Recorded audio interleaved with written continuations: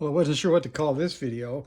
Like, young man, did you buy another radio? Or, hey, I got a K1, come take a tour. Anyway, let's open it and see what's in here. It should be good. This one was advertised to be working. So let's oops, sorry for shaking you up. Hopefully this won't be another experience like the $250 guaranteed to be broken K1, which still isn't complete. Oh, there's a nice K1 manual in there. The last one came, it was quite dirty. It looked like it had been used a lot. So I think it's a good sign when the manual is fairly clean. I think that means it went together well and wasn't used often for reference. So let's quickly look at the schematic and see how much abuse that took. Well, look at that. That's nice. So the schematic seems to be perfectly clean. And let's see about the parts list. That's another indication that somebody spent a while. So that's the debug section.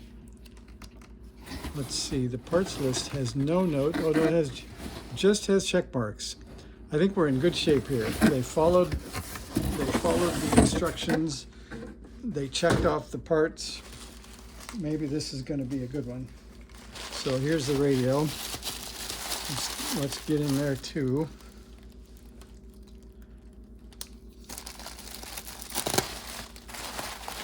Okay, let's see how quickly we can get it on the air.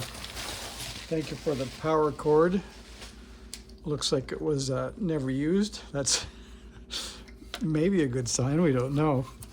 Okay, well, what does it look like? Let's zoom in here. So we'll get a little light on the subject.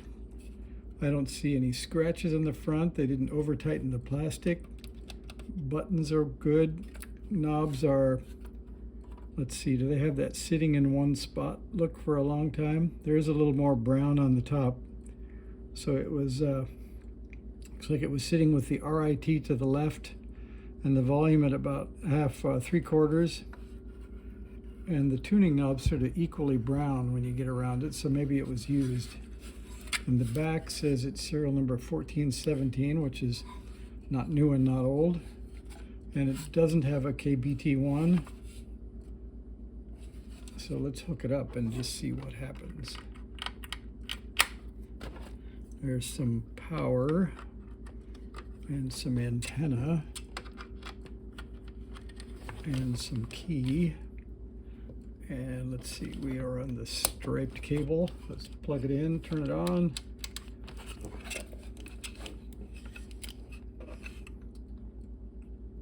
Oh yes, and the report was that the speaker was not working.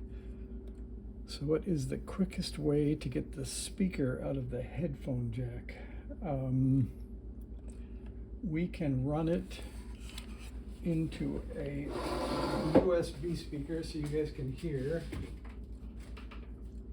So that was a known issue, so we won't fault them for that. I agreed that I would take a radio that probably needed a new headphone jack. So plugging in the, what is that called, the DOSS, and the wire to here, powering this baby on. And then we have to hit mode. Look at that, it's working. Okay, that's a good start.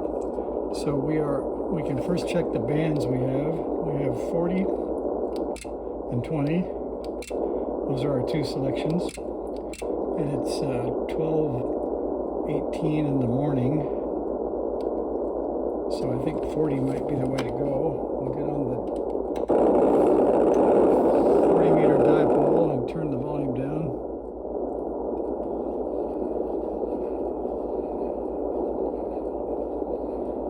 Well, it's sounding a little bit deaf. Let's see how that goes.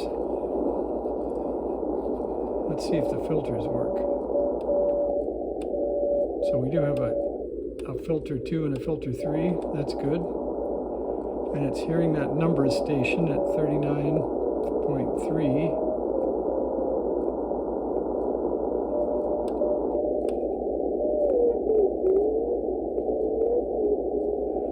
works pretty well. But unfortunately, it doesn't seem like there's much else on the band at 0:19 in the morning.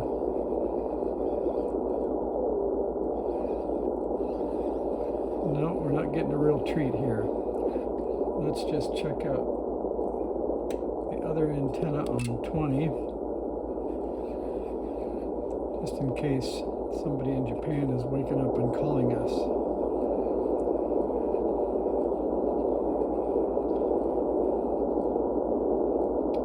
Well, that's not telling me much, but let's try this. We'll go at about 48. We'll see if it keys. We'll watch the, let me zoom back, you can see the watt meter right here.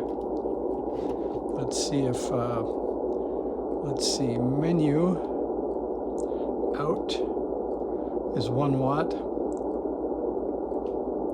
I think that'll work for now.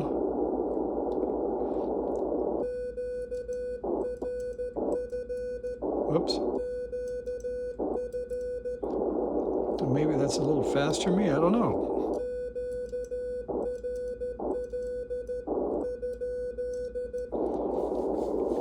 Maybe that was just me. So I don't hear anybody, so let's see if the tuner works.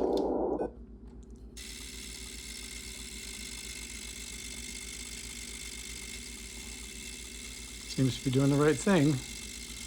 Got it down to 1.4 to 1. And it says on the meter it's putting out just over a watt, so that's good. Now we'll try tuning one more try.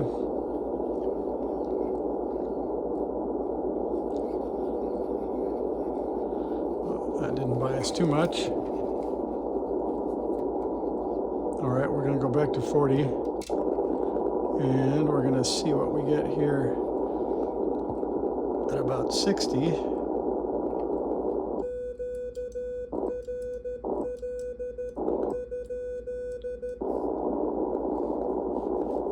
Nothing heard there. We'll try a little tuning on 40.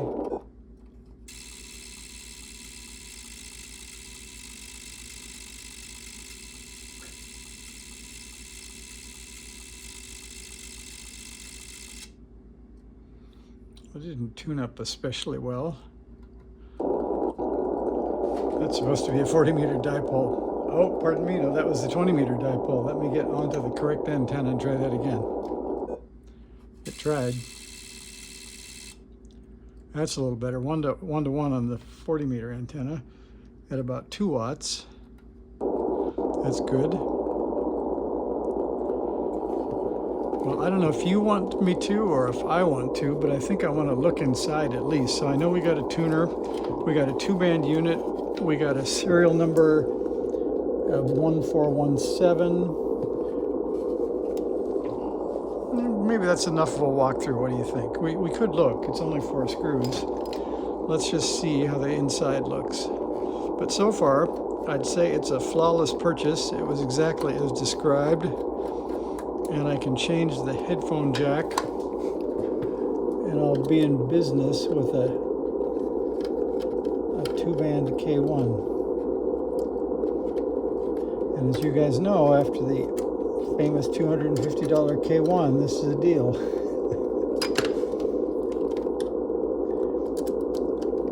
Well, I have to say I haven't had more fun on any radio except for that K1 because everything I touch seems to have been broken somehow. All right, there's the look for you. We'll give you a little zoom. Whoops. So it looks quite clean. Solder joints look good. I don't see anything missing, burned. Quite a welcome change. Everything looks very clean. So I think we're going to call that a success for your tour of the latest K1 to the Radio Shack. So thanks for watching. See ya.